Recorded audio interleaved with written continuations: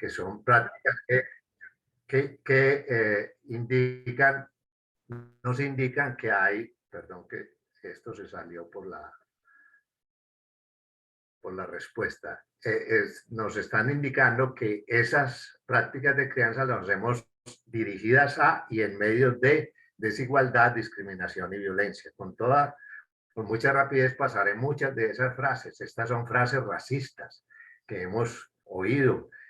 Muchos políticos y no políticos que están en el terreno político dicen frases como estas, y todo eso va calando en el cerebro de los niños, niñas y adolescentes para convertirlos en lo que los queremos convertir como sociedad, no como individuos. Como individuos tenemos una gran confusión alrededor de esto y decimos que no decimos esas frases, decimos que las decimos como un chiste, etcétera, etcétera.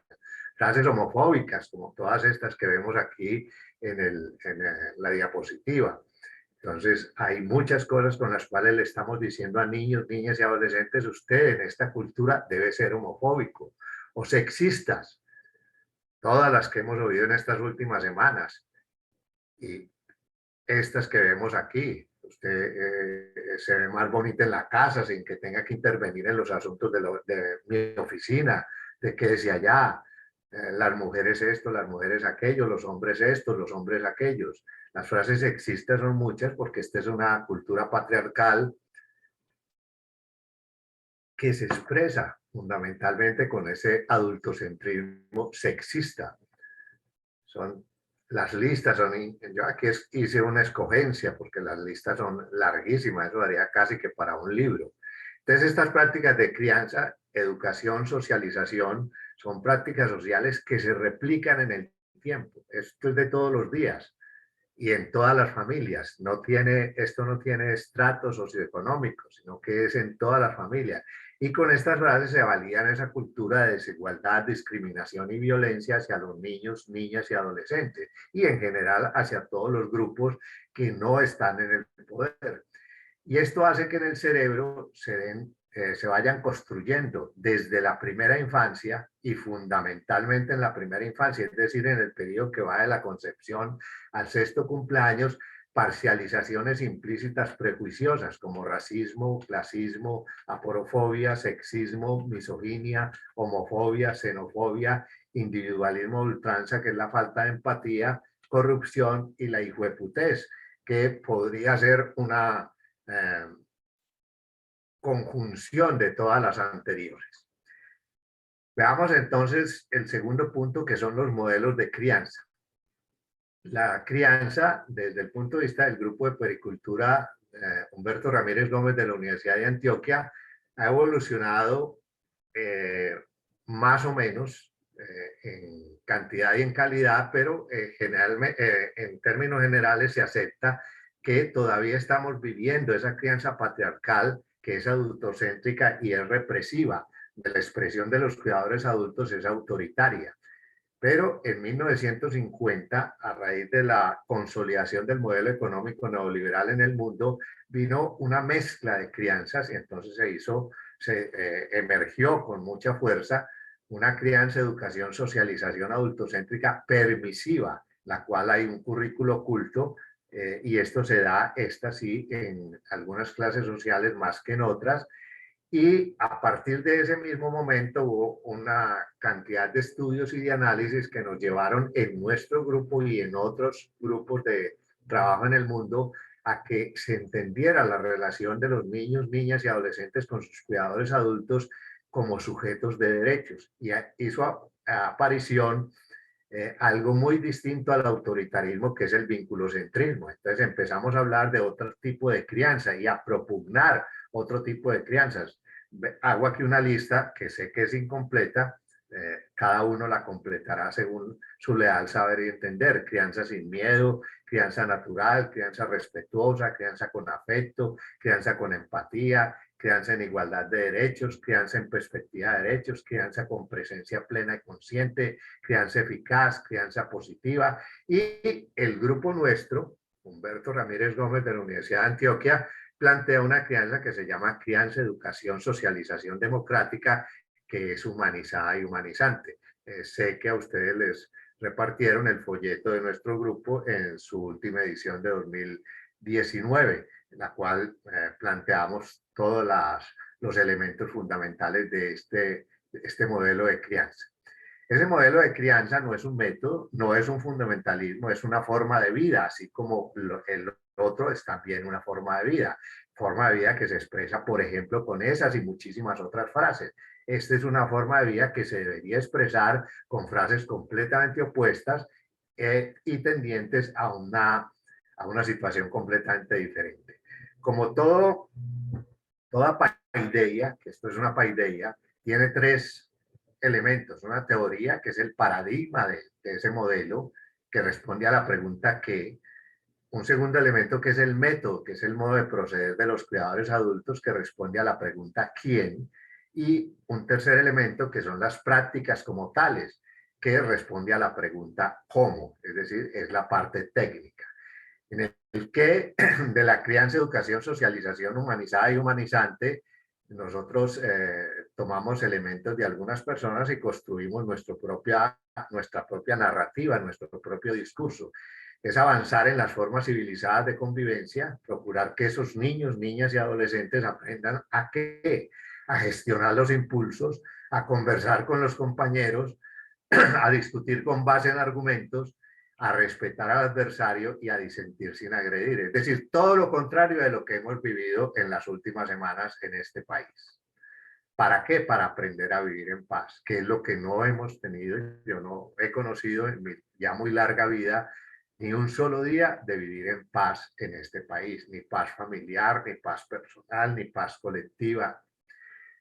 El qué de este modelo se plantea como procurar en función del interior superior de niños, niñas y adolescentes. Recuerden que esta es una crianza que tiene en cuenta los derechos de niños, niñas y adolescentes, que no lo tiene en cuenta la crianza patriarcal. Procurar en función del interés superior, que es el eje de la Convención sobre los Derechos del Niño, una ciudadanía equitativa e incluyente, muy distinta a la que vivimos todos los días, con espíritu activo, crítico, ético y reflexivo, que implica entonces la necesidad de empatía. Y esta es una palabra que permea por todas las partes el modelo del cual estamos hablando. La palabra empatía la repetiremos muchas veces en esta charla. El quién de esas personas, de esos cuidadores adultos, es decir, cuál es el deber ser de esos cuidadores adultos en un modelo que implique el vinculocentrismo, tener capacidad de contención, tener ejercicio claro de las funciones, no hacerlas automáticamente en piloto automático, que tengan la capacidad de sorprender y de sorprenderse, una alta capacidad de escucha y sobre todo ser modelos dignos de imitar. Es decir, no lo que nosotros oímos de personas que son mal habladas, que consideran que las otras personas se tienen que aguantar su desabrochamiento, su manera de ser, su arrogancia, etcétera, etcétera. Esas personas también deben utilizar la frustración medida a dominar ese acompañamiento represivo el cual mencionamos hace un ratico, a dominar el acompañamiento perverso también mencionado, formación en capacidad crítica, tienen que tener capacidad de crítica y de autocrítica y ser demócratas. ¿Qué persigue entonces esa crianza, educación, socialización humanizada y humanizante? Un ser humano que sea gestor de su propio desarrollo, que sea amante de la vida, que tenga una función ejecutiva de calidad, que le permite entonces tener una manera de interactuar con los demás diferente, que tenga espíritu crítico, que sea espiritual y trascendente y que sea reconocido como titular activo de derechos. Es decir, que todos somos iguales en derechos, no que los negros, las mujeres, los niños, las niñas, etcétera, son menos en derechos que los adultos, por ejemplo. Además, que se tenga compromiso ético con la vida y con los valores de su cultura, no de otras culturas. La empatía, la cual seguimos mencionando, y es empatía consigo mismo, con los demás y con la naturaleza. Y que tenga el concepto ético fundamental, que es el predominio del bien común sobre el bien particular. Además, que sea respetuoso, demócrata y utilizar las TIC sin dejarse dominar por ellas. No es que no utilice las TIC, No es que las metamos en el closet ni que los niños, niñas y adolescentes no las puedan usar ni nada de esas cosas, sino que las utilicemos de manera creativa y sin dejarnos dominar por ellas. Todo esto nos llevaría entonces a que esas parcializaciones implícitas prejuiciosas que mencionamos al principio de la charla sean, en este caso, parcializaciones implícitas flexibles, es decir, adaptativas o prosociales, que sea eh, eh, que cada ciudadano sea biófilo, es decir, que tenga compromiso ético con la vida y los valores, que sea demócrata, y la democracia fundamental no es ir a votar cada 4 años, sino la vivencia de derechos humanos, vivencia como tal, con el respeto por los demás, respeto activo por las diferencias, en esto haremos hincapié más adelante, con excelente conducta normativa, es decir, la utilización de la función ejecutiva de una manera prosocial, el espíritu crítico, ser espiritual y trascendente y estar con el bien común por encima del bien individual.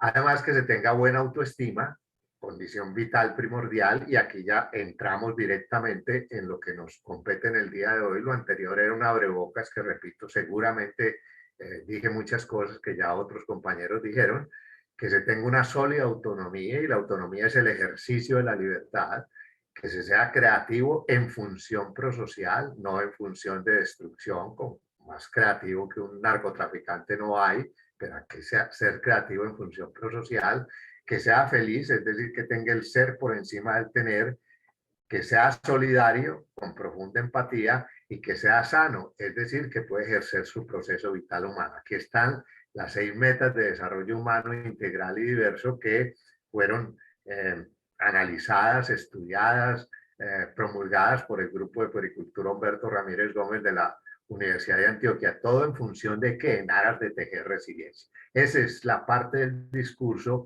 en relación con las metas de desarrollo humano integral y diverso del discurso, insisto, crianza, educación, socialización democrática, humanizada y humanizante. Entonces veamos algunas generalidades de las metas de desarrollo humano integral y diverso, volviendo a recordar, como en la primera diapositiva, que cada niño, cada niña, cada adolescente tiene solo una niñez, tiene solo una adolescencia, y por lo tanto hay que hacerla memorable, no llegar a la edad adulta y a la vejez a recuperarse de esa situación. Una meta es el fin al que se dirigen las acciones o deseos de los seres humanos. La meta por excelencia es el desarrollo humano integral y diverso. Integral y diverso. Esto fue una frase que nos demoramos mucho tiempo en construirla como tal, porque no puede ser por pedacitos ni puede ser solo para unos, como es usual en muchas de las consideraciones que hacemos en la crianza de tipo autoritario. La meta no se construye y reconstruye para llegar, no es que tenemos una carrera de bicicletas que va de Pereira a Manizales, y entonces cuando llegamos a Manizales ya llegamos y se acabó el asunto, sino para vivir construyendo y reconstruyendo. Yo tengo la firme convicción de que cada una de las personas que estamos en esta reunión estamos construyendo y reconstruyendo nuestra autoestima en este caso, porque estamos adquiriendo unos conocimientos que van a ser muy útiles para nuestra práctica de la vida diaria. Un ejemplo de lo que es el construir y reconstruir permanente. El grupo entonces ha planteado que son 6 metas de desarrollo humano integral y diverso. La primera y la fundamental es la autoestima. Inclusive en algunas conversaciones con compañeros nos dicen que no se necesita ninguna otra meta. Nosotros creemos que sí, que con la sola autoestima basta. Conocemos muchos libros muy buenos acerca de cómo la autoestima es la base fundamental, y por eso las presentamos de una manera escalonada. Quien tiene una buena autoestima puede tener una buena autonomía, quien tiene una buena autonomía puede ser creativo, quien es creativo estar muy contento con lo que es y no solo con lo que tiene, o sea, que es feliz, quien es feliz puede ser solidario, y quien es solidario puede ejercer su proceso vital humano, es decir, tener salud. La autoestima es el amor por sí mismo. Es como un paraguas imaginario que lo protege a uno de todas las cosas equivocadas que hay, de todas las cosas anómalas que hay dentro de la vida diaria, de las situaciones difíciles por las que estamos en algún momento. La autonomía es la capacidad de las personas de valerse por sí mismas y de emprender acciones que le permitan satisfacer sus necesidades. Yo creo que la foto de la diapositiva, a pesar de que no es de gran calidad, nos plantea exactamente qué es autonomía. La creatividad es solucionar problemas, como vemos aquí. Este ratón que se hace poner un arnés para que pueda coger el queso, porque si se va por la parte por la que usualmente debería ir, entonces se va a morir, lo va a coger la trampa. La felicidad es la conformidad gozosa con lo que se es y no solo con lo que se tiene. Esta es una visión aristotélica y no es posible ser feliz, esto lo quiero señalar en este momento, pero sí estar feliz. Es decir, uno no es feliz todo el tiempo.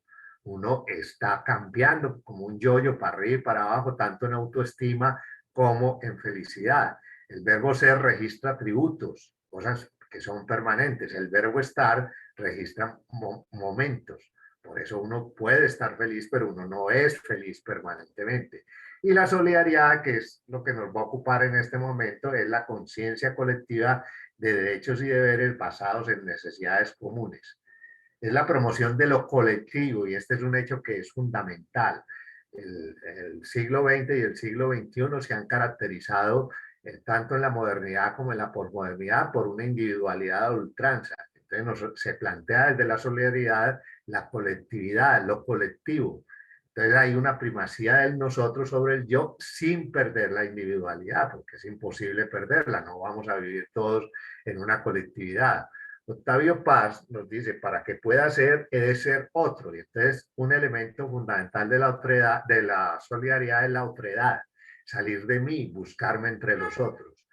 Por eso dice, cuando alguien vulnera la dignidad de otro, cualquiera, un político, un papá, una mamá, un médico, un pediatra, etcétera, se desata un sentimiento moral, que es la indignación. Yo me indigno porque veo que están acosando a un niño en un colegio, en una escuela. La restitución de esa indignidad es la solidaridad, que implica entonces acción. La solidaridad es una meta de desarrollo humano integral y diverso que tiene como elemento central la acción. Es el apoyo incondicional sin ningún fin de lucro ni egoísmo en situaciones difíciles de otra persona. Yo no puedo ser solidario con que a mí me van a dar un papel para quitar impuestos de mi declaración de renta, etcétera, etcétera. No, esto no tiene ninguna posibilidad de un fin de lucro. Implica entonces un contrato social y es un partir del yo al nosotros y un partir de lo individual a lo colectivo, es decir, una preocupación por los miembros de toda la comunidad. Y por lo tanto, vemos ya que esa empatía de la cual hemos mencionado algo y seguiremos mencionando es un trazador de la solidaridad. Yo necesariamente tengo que ser empático para poder ser solidario. Y vuelvo a insistir, todas las metas de desarrollo humano integral y diverso se construyen fundamentalmente, su embrión se construye en la primera infancia. Podemos demostrar cómo son las conexiones interneuronales para este tipo de situación. Entonces, la empatía, insisto, es el trazador de la solidaridad. ¿Qué es la empatía? Es conciencia de sentimientos, es capacidad de responder a los demás, dándoles a entender que nosotros somos, entendemos lo que ellos están pasando en ese momento. Es una destreza para gestionar las emociones y por lo tanto acompañar a otras personas a gestionarlas. Es un esfuerzo. La empatía no es una cosa natural ni es congénita. Eso hay que hacer un esfuerzo para poder ser empático y para entender, por lo tanto, las circunstancias que afectan a los otros.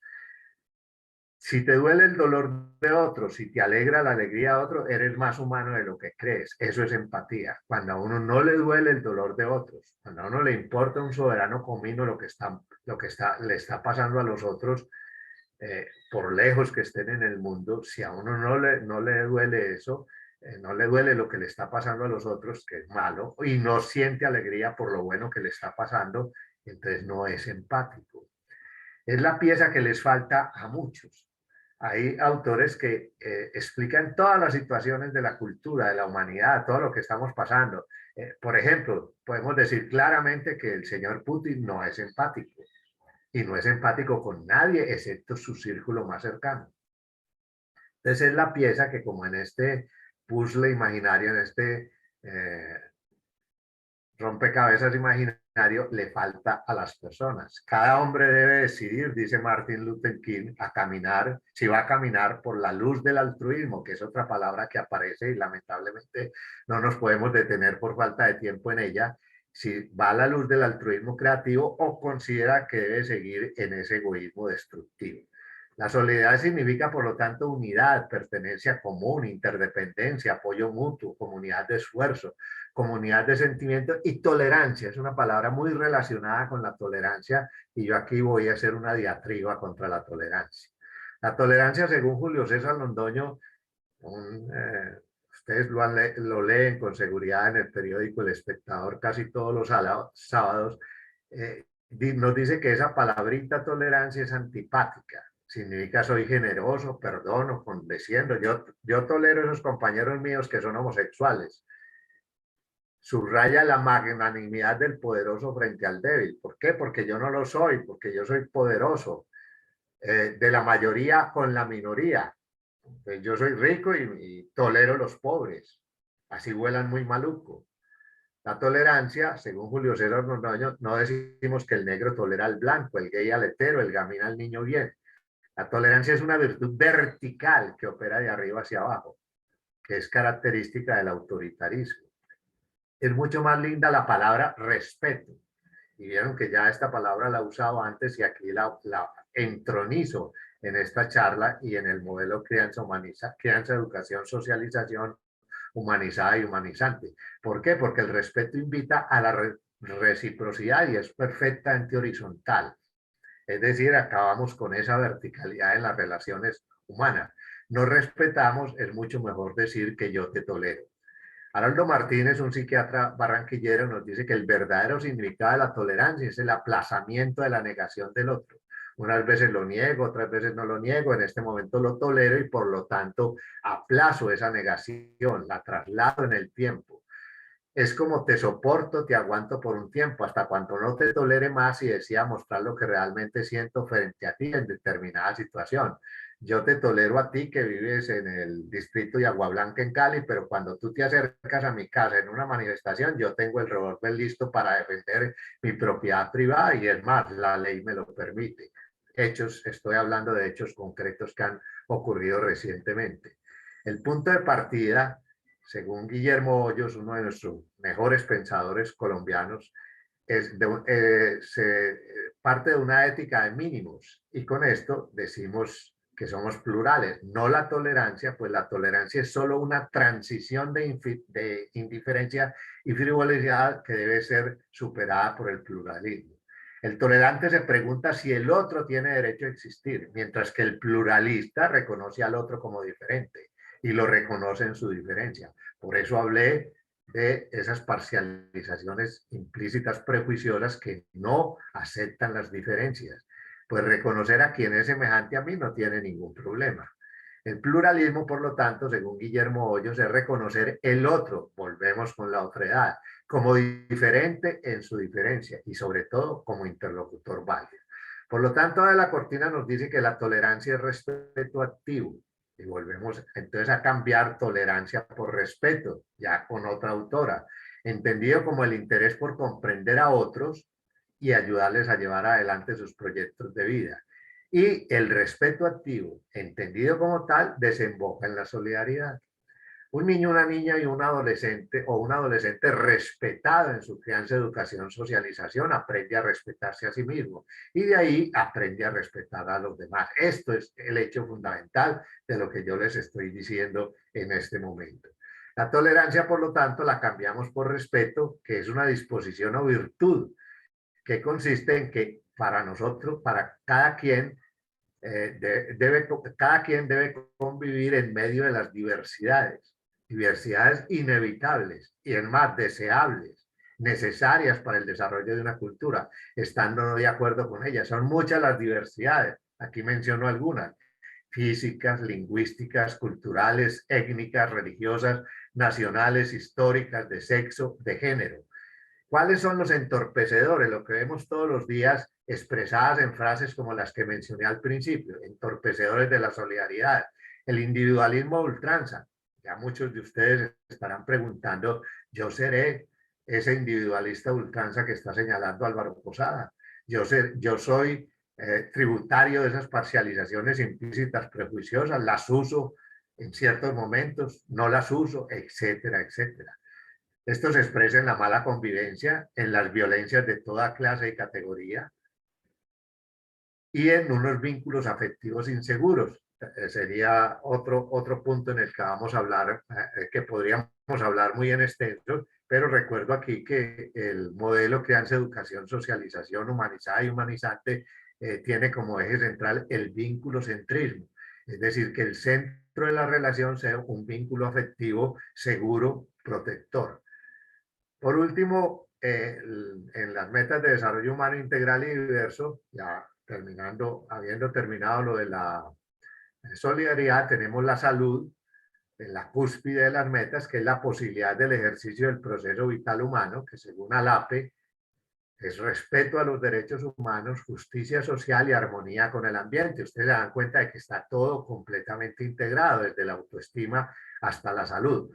Por lo tanto, volvemos a poner esta diapositiva para decir que las metas de desarrollo humano integral y diverso, todas hay que tenerlas para poder ser resilientes.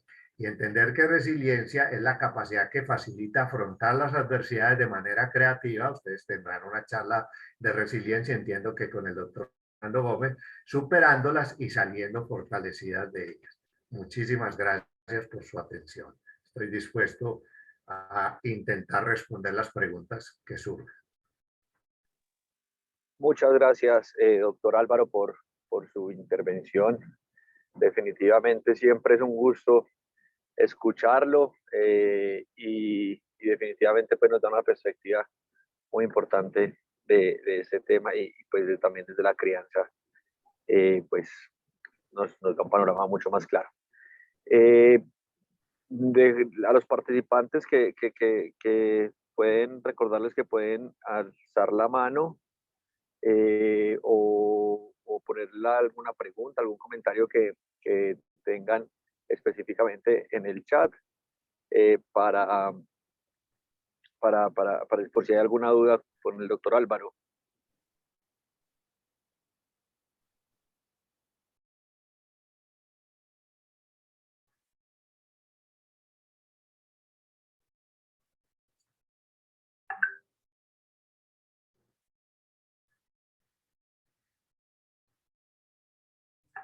Me recuerda aquí mientras vienen las preguntas, me recuerda el doctor Carlos Montoya que todos están invitados, les debía haber llegado la invitación y si no, por favor le dicen al doctor Montoya que nosotros somos el Grupo Colombiano de Pediatría Social, tenemos una reunión para estudiantes de pre y de posgrado. Está diseñada fundamentalmente para estudiantes de posgrado, pero pueden ir los residentes de pregrado todos los viernes a partir de las 4 de la tarde. En esta vamos a tener una actividad con el doctor Marco Ortega sobre pediatría ambiental, como parte fundamental de la pediatría social en todos los países del mundo, pero en este caso específico de Colombia, él ya nos adelantó algo en el reciente Congreso de Crianza, Salud y Nutrición. O sea que están cordialmente invitados este viernes a las 4 de la tarde todas las personas que quieran asistir a esa actividad y a las actividades de todos los viernes. Es bueno, una, qué una interesante. aula No conocíamos. ¿Cómo? No, que muy interesante, que pues no conocíamos realmente la actividad. Así que pues si nos la comparte ahorita, que el doctor Montoya nos la comparte también, la podríamos compartir a través de las redes sociales del posgrado de la universidad para que también llegue a mayor cantidad de personas. Entonces, Carlos, ahí está la tarea, pues, por favor, pongo esa tarea. Claro que sí, con mucho gusto. Muchas gracias, doctor Posada, por la conferencia.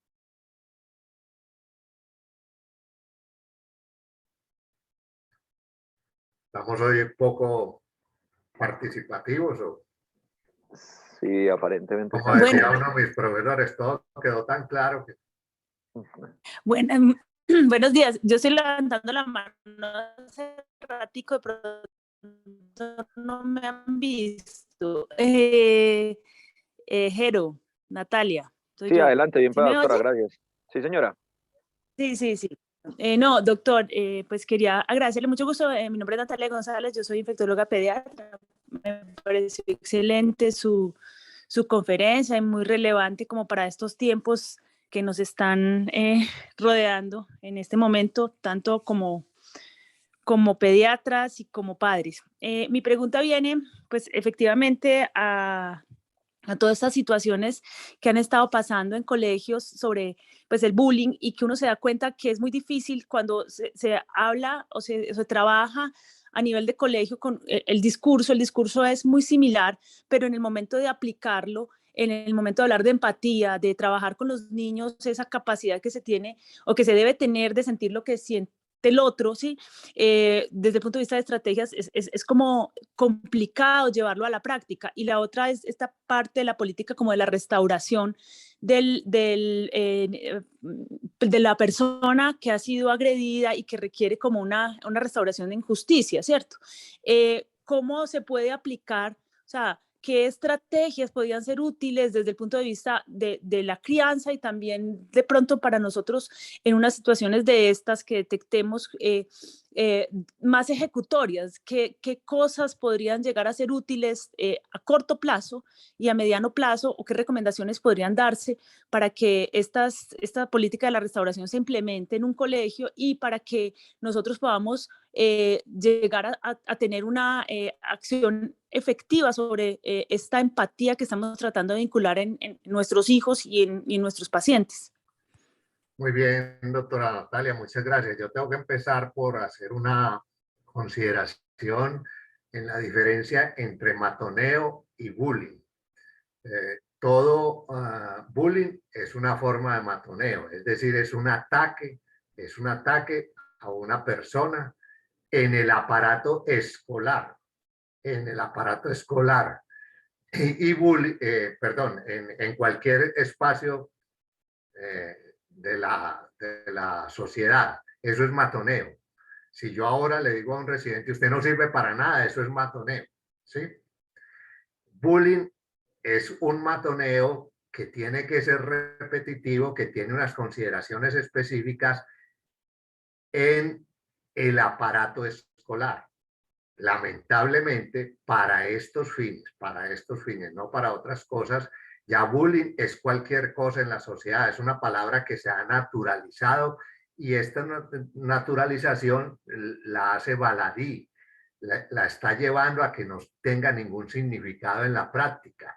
Entonces, dice que es que vos me estás haciendo bullying, le dice un compañero a otro en una mesa de cantina. Es que fulanito, el presidente le está haciendo bullying a los ministros, etcétera, etcétera, etcétera. Entonces, ¿por qué es necesario entenderla? Porque es que cuando se hace matoneo, puede ser una cosa circunstancial, y es lo que dice, no, es que no me lo hicieron a mí en la escuela, es que a mí me hacían bullying cuando yo estaba en la escuela. No, el bullying tiene que ser repetitivo, tiene que ser con una diferencia de poder entre el uno y el otro, etcétera, etcétera, etcétera. En cambio, el matoneo no tiene que tener esas características. Por lo tanto, el afrontamiento es distinto. Si estamos ante una situación de matoneo, tenemos que organizar las normas de convivencia, independientemente de pensar, porque hay que pensar, pero en ese momento para tratar de resolver el asunto del matoneo, el asunto de que es que en el bus un niño al otro lo empuja y le tumba la lonchera, eso es matoneo. Pero si eso lo hace todos los días y además de eso le hace otras cosas, etcétera, etcétera, entonces podría ser bullying. Entonces el matoneo es un asunto de organización de esas normas de convivencia. Sirven entonces para eso los manuales de convivencia, sirven unas reglas que sean ocasionales, etcétera, etcétera, para eso. Y hay que tener en cuenta entonces las personas que estén interviniendo en esa situación. Cuando se tiene el bullying es una situación que es diferente, en el sentido de que hay tres elementos que hay que considerar fundamentalmente para tratar de resolver la situación. Primera, que hay un victimario o una victimaria. Casi siempre es hombre, pero bueno, puede ser una mujer. Que hay una víctima que puede ser hombre o puede ser mujer. Es muy común que sea hombre, es muy común que sea mujer. Y que hay un entorno. El entorno que puede ser favorecedor de la situación o puede ser no favorecedor de la situación. Hay que tener en cuenta esas tres situaciones. El victimario es generalmente una persona que no es empática, que no tiene nada y en su familia no hay empatía. Viene generalmente de una familia disfuncional, o sea que es una persona que necesita ser atendida también. No solo la víctima, sino el victimario. La víctima generalmente es una persona que puede venir o no de una familia disfuncional, pero que suele tener una característica de que tiene una diferencia de poder con el victimario. Está por debajo en el poder real o el poder imaginario. Y esa persona además suele tener una baja autoestima. Y el entorno es un entorno que es el de los maestros, el de las personas administrativas, que pueden ver la situación y entonces la solución cuando alguien le está haciendo bullying a alguien es decirle a la víctima que se defienda, tanto los papás como los maestros, etcétera, etcétera. Entonces, una vez clarificada cuál es la situación, si es la situación del bullying, entonces tenemos que hacer lo mismo que hacemos con el matoneo, tratar de organizar las cosas, pero lo fundamental es que los tres actores establezcan un programa, y conozco un programa exitoso en un colegio de Medellín que se llama el Teodoro Herzl, y los tres actores, víctimas, victimarios y entorno, establezcan un modo de análisis y una manera de solucionar los problemas. Hasta el punto, como se llegó en ese colegio que mencioné, que los victimarios se convierten en promotores de un programa de solución de bullying en otros colegios de la ciudad, como ha ocurrido en Medellín. Entonces es una tarea que es clara, pero hay que partir de que los presupuestos no pueden ser, que eso es un asunto baladín y que es un asunto que es homologable. Vuelvo a decir la frase que dije al principio. Todo bullying es matoneo, pero no todo matoneo es bullying. Y el afrontamiento es de una manera diferente. Eso no quiere decir que sea la única manera de afrontarlo, pero incluye cualquiera que sea. Yo pongo este ejemplo porque ha sido exitoso. Hay otros exitosos en otras partes del país, pero suelen ser muchísimo más largos. Conocemos lo que ocurre en Finlandia, hay un libro sobre eso muy bonito, etcétera, etcétera. Tiene que tener en cuenta la víctima, el victimario y el entorno para poderlo solucionar. No sé si queda con esto claro o si quieres... No, doctor, muy interesante y muchas gracias porque pues digamos que en estos procesos en los que nos piden como padres y también pues nosotros como pediatras deberíamos tener una voz más, digamos, que se oiga más con respecto a estas cosas que pasan porque pues se supone que nosotros también somos quienes estamos preocupados por la crianza y el enfoque que debemos dar nosotros. Yo soy muy clínica, pero el enfoque pienso yo que también como pediatría es que tenemos que colaborar activamente, tener una voz activa, una voz que se oiga en medio de estos entornos y es una voz más objetiva, pienso yo, ¿cierto? Que como padres hay veces nos subjetivizamos, entonces muy interesante ese punto de vista y pues no, muchas gracias por el aporte, Doc.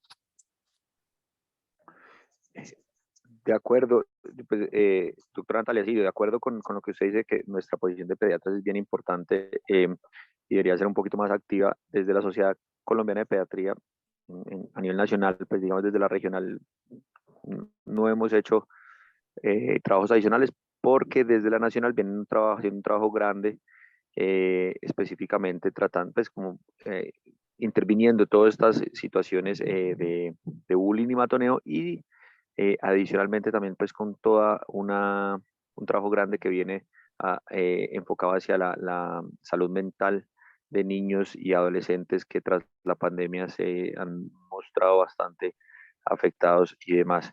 se está trabajando, pues digamos, en llave con la Sociedad de Psiquiatría también, y pues bueno, ahí tendremos avances pronto. Creemos que ya más cerca que lejos vamos a estar con intervenciones específicas y con modelos de atención.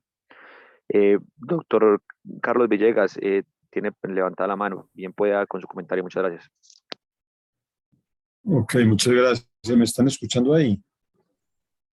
Sí, señor, se escucha muy bien. Ok, bueno, al doctor Álvaro, muchísimas gracias por su extraordinaria presentación. Siempre es un gusto escucharlo, su fluidez y su claridad. Creo que nos debería enseñar a todos el arte de compartir todo ese conocimiento. Yo quería hacerle la pregunta específicamente y hablando de solidaridad, como, ¿cuál puede ser el impacto? No sé si el impacto, la diferencia, teniendo en cuenta que las familias hoy en día son tan pequeñas y seguramente pues años a que las familias eran tan grandes. ¿Qué tanto al seno o al interior de la familia se puede ir generando esa solidaridad, teniendo en cuenta pues, lo que menciono, que posiblemente el convivir con más personas desde el inicio, desde la familia, puede empezar a generar un poco de todo esto que hemos hablado y ver un poco la diferencia entre esas familias grandes que había anteriormente y las familias de hoy que pues a duras penas son uno o dos hijos. ¿Qué tanto influye esa conformación de la familia en este aspecto de la solidaridad? Esa era la pregunta y muchas gracias. Sí, doctor, me encantan las preguntas que tienen la respuesta incluida. Usted dio la respuesta. Toda crianza es modélica, queramos o no. Es decir, los cuidadores adultos somos modélicos. Si nosotros somos solidarios, hay una gran posibilidad de que los niños, niñas y adolescentes establezcan conexiones interneuronales que les permitan que la corteza prefrontal funcione solidariamente. Si somos insolidarios, ocurre lo contrario. Es decir, la gran posibilidad de que las conexiones interneuronales sean de actitudes insolidarias, como las parcializaciones implícitas prejuiciosas que yo mencioné. Entonces, independientemente del número de personas que compongan una familia, es cómo se funcione dentro de esa familia. Si no es sino papá, mamá y un niño, pero papá y mamá son solidarios, o por lo menos uno es solidario, porque afortunadamente los niños, niñas y adolescentes escogen lo mejor. Si hay dos diferencias grandes, van a escoger siempre lo mejor para la sociedad y para ellos. Entonces, si eso ocurre, entonces lo más probable es que esa persona vaya a ser solidaria.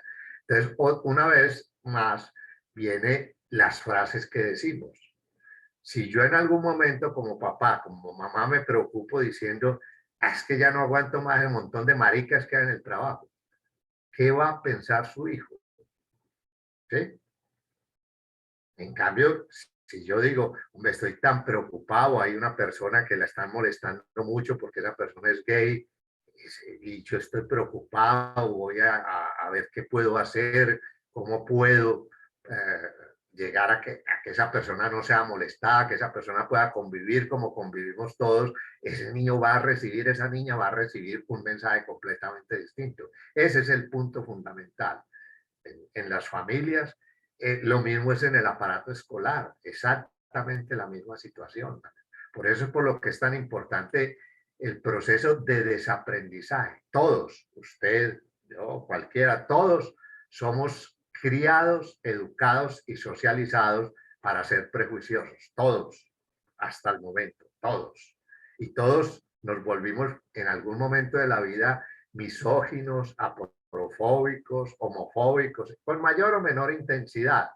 Pero también aprendimos en la familia que se puede desaprender. Yo, por ejemplo, pude aprender con mi papá que se podía desaprender. Él desaprendió por lecturas, por su oficio de maestro de escuela, todo este tipo de cosas. Y eso lo lleva a uno a un momento en que uno se debe declarar en rehabilitación permanente.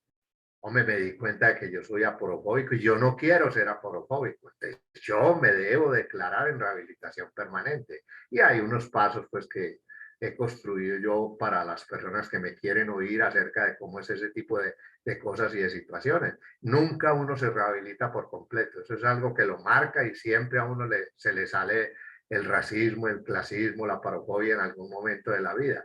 Pero debemos luchar porque eso sea lo mínimo dentro de la vida de una persona y no lo máximo como vemos ahora con tantas personas que salen en las redes sociales digitales en este momento. Antes salían en los periódicos, ahora salen en las redes sociales digitales despotricando de los negros, despotricando de los pobres, despotricando de los homosexuales, despotricando de las mujeres, despotricando de los niños y cosas más graves, matándolos.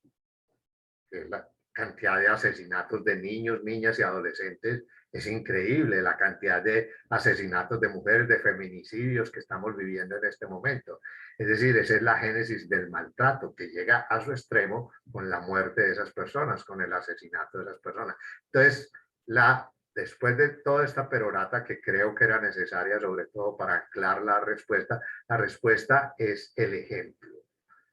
Es decir, la construcción y reconstrucción de una meta de desarrollo humano integral y diverso para llegar a ser resiliente y poder ser empático y poder tener una buena convivencia, es decir, una buena ciudadanía, es el ejemplo de los cuidadores adultos. Okay, muchísimas gracias, doctor.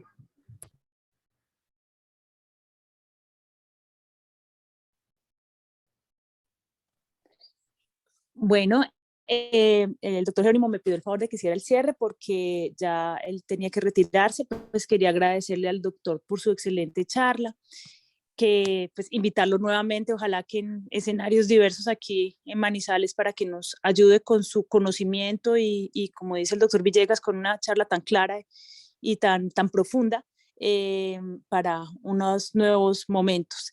Y pues a todos muchas gracias por la asistencia. Que tengan un buen resto de mañana. Muchas gracias a todos. Felicidades. Gracias.